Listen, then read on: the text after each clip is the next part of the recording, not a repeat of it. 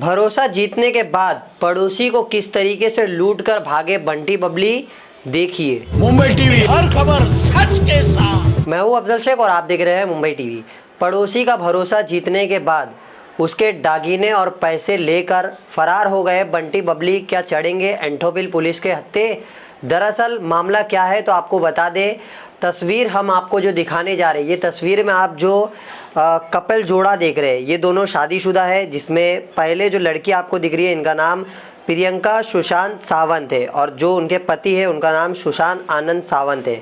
ये दोनों पति पत्नी किस तरीके से बंटी बबली का काम करते थे, इसकी पूरी कहानी जो शिकायतकर्ता जया नायडू ने बताई कि किस तरीके से पड़ोस में रहने वाले ये दोनों प्रियंका और सुशांत उनका भरोसा जीतते हैं। और भरोसा जीतने के बाद ये जो प्रियंका है ये राजनीतिक दल से जुड़ी हुई है और इसी राजनीतिक दल में जब भी उसे कोई कार्यक्रम या फंक्शन में जाना होता था तो वो पड़ोस के रहने वाली जया के पास आती थी और ये कहती थी मुझे दागीने की ज़रूरत है क्योंकि मुझे शो ऑफ करना यानी लग्जरी लाइफ दिखाना है, और इसी को लेकर वो दागीने ले लेती थी। और ऐसे ही दागीने ले लेकर के लगभग जो है ये दागीना और पैसा इसने पड़ोसी से इस कदर लूटा कि 22 तोले के लगभग इन्होंने जो दोनों ठग जोड़ी है इन्होंने लूटा, और साथ ही साथ 1.5 लाख के आसपास कैश था।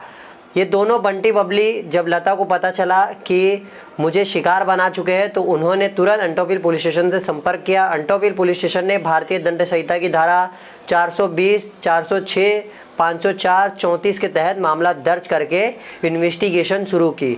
इन्वेस्टिगेशन में लगभग 3 नवंबर शुक्रवार के दिन ये दोनों जोड़ा जो बंटी बबली ठग है ये एंटीसिपेटरी बेल लेने सेशन कोर्ट आए। सेशन कोर्ट में एडवोकेट अरुण गुप्ता ने शिकायतकर्ता के बिहाफ में फाइट की और तुरंत जो है इन दोनों की जो बंटी बबली उनकी एंटीसिपेटरी बेल को रिजेक्ट करवाई।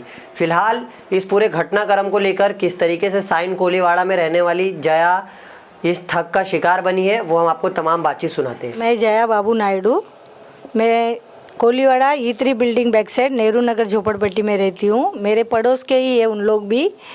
बिल्डिंग नंबर 7, सुशांत आनंद सावंत लड़का का नाम है, प्रियंका सुशांत सावंत लड़की का नाम है। इन लोग मेरे को प्यार मोहब्बत से उन लोग के जांचे में लेके उन लोग को मैं बचपन से बबलू को मैं पहचानती हूँ, मतलब सुशांत सावंत को पहचानती हूँ। उसको बबलू के नाम से भी लोग बुलाते हैं, सुशांत के नाम से ज़्यादा नहीं जानते हैं, बबलू के नाम से ज़्यादा जानते हैं।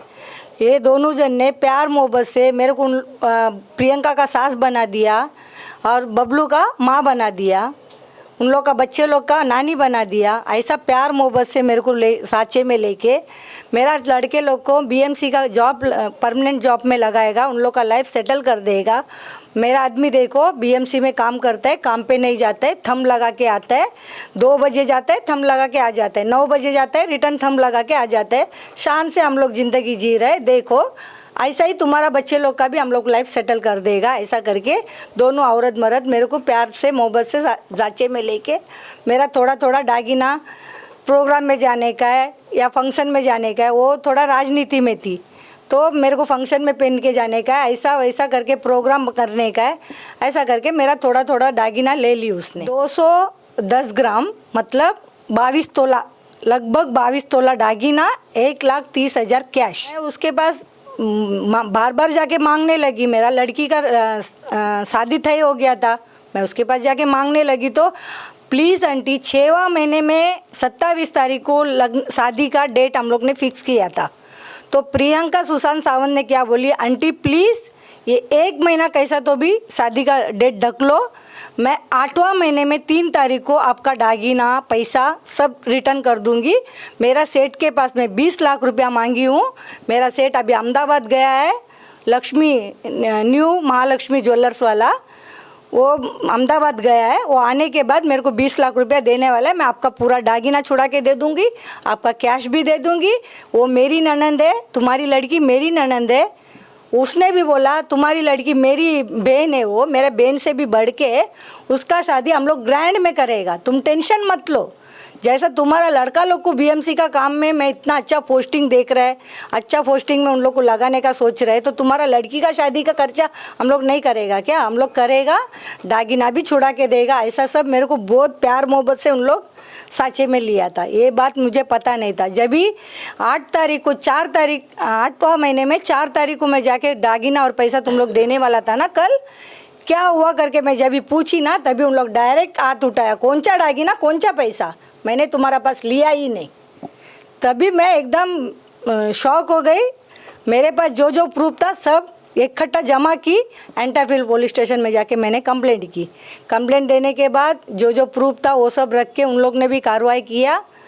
कार्रवाई करने के बाद उन लोग के ऊपर एफआईआर हुआ। एफआईआर होने के बाद फिर उसके बाद हमारे वकील साहब बात करेंगे। देखिए, ये 10 अगस्त 2023 को इन्होंने एक रिटन कंप्लेंट एंटोफिल पुलिस स्टेशन में डाला था regarding this fraudulent activity and cheating.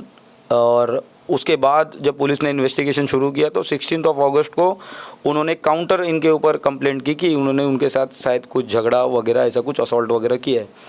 But police ने इनके कंप्लेंट को प्रोसीड किया क्योंकि इनका कंप्लेंट जो था वो जेन्युइन था। इन्वेस्टिगेशन में उनको पता चला और सारे पार्ट पुरावा डॉक्यूमेंटेशन देखने के बाद वो इतनी बड़ी जो ठगी, जो लगभग 22 तोला या 23 तोला के अराउंड सोना और कैश इनसे लिया गया था बारंबार। उसके बाद अक्टूबर के मंथ में एक एफआईआर उनके ऊपर 406 और 420 के अंडर रजिस्टर होती है, दोनों हस्बैंड एंड वाइफ के। वाइफ जो है यानी एक्यूज नंबर 1 प्रियंका सुशांत सावंत, वो उसका कुछ पॉलिटिकल बैकग्राउंड है। उसका हस्बैंड बीएमसी में जॉब करता है, कहीं झाड़ू खाते में ऐसा, और इसी तरह का प्रलोभन लोभ लालच बीएमसी का जॉब एंड ऑल की बात करके ये सारा सोना उनसे लिया गया। एफआईआर होने के बाद उनको 41A का नोटिस दिया गया था इन्वेस्टिगेशन ऑफिसर के द्वारा, जो हमें जानकारी प्राप्त हुई।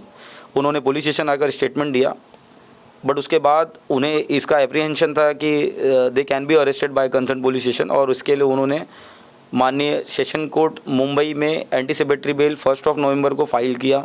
2 नवंबर को वो मैटर लिस्टेड होता है, और 3 नवंबर को जब हमें 2 नवंबर को इवनिंग में पता चलता है तो 3 नवंबर को हम उसमें इंटरवीन करते हैं। इंटरवीन करने के बाद अपनी डिटेल्ड इंटरवेंशन एप्लीकेशन फाइल करते हैं, और आफ्टर आर्गूमेंट जब माननीय जज साहब को ये केस पता चलता है और सारे पक्षों को सुनते हैं तो वो उनका एंटीसिपेटरी बेल रिजेक्ट कर देते हैं। जैसे प्राप्त जानकारी ये है कि उनके यहाँ पर कोई उनकी एक नौकरानी भी काम करती थी, लगभग 1.5 साल का, उनका भी पेमेंट उन्होंने रोक रखा है। कुछ उनके भी गोल्ड ऑर्नामेंट्स ले रखे हैं। मेरे पास विक्टिम यानी जय जी के माध्यम से और उनके बेटे के माध्यम से कुछ व्हाट्सएप कन्वर्सेशन भी आए, जिसमें बारंबार उन्होंने पैसों की डिमांड की थी अपने ही शायद पॉलिटिकल लोगों से, या जो पॉलिटिकल उनके कनेक्शन है, जान पहचान वाले लोग होंगे। कभी 50,000 रुपये, कभी 5 लाख का कोई चेक है, वॉटेवर, ये हमने सब कुछ माननीय कोर्ट के सामने दिया था, जिससे समझ में आता है कि एक लग्जीरियस लाइफ जीने के लिए उन्होंने शायद ये ठगी और ये सारा फ्रॉडुलेंट एक्टिविटी विक्टिम के साथ अंजाम दिया। ऐसी तमाम अपडेट से जुड़े रहने के लिए सब्सक्राइब करें मुंबई टीवी। मैं अफजल शेख फिर हाजिर हूँ एक नई न्यूज़ के साथ।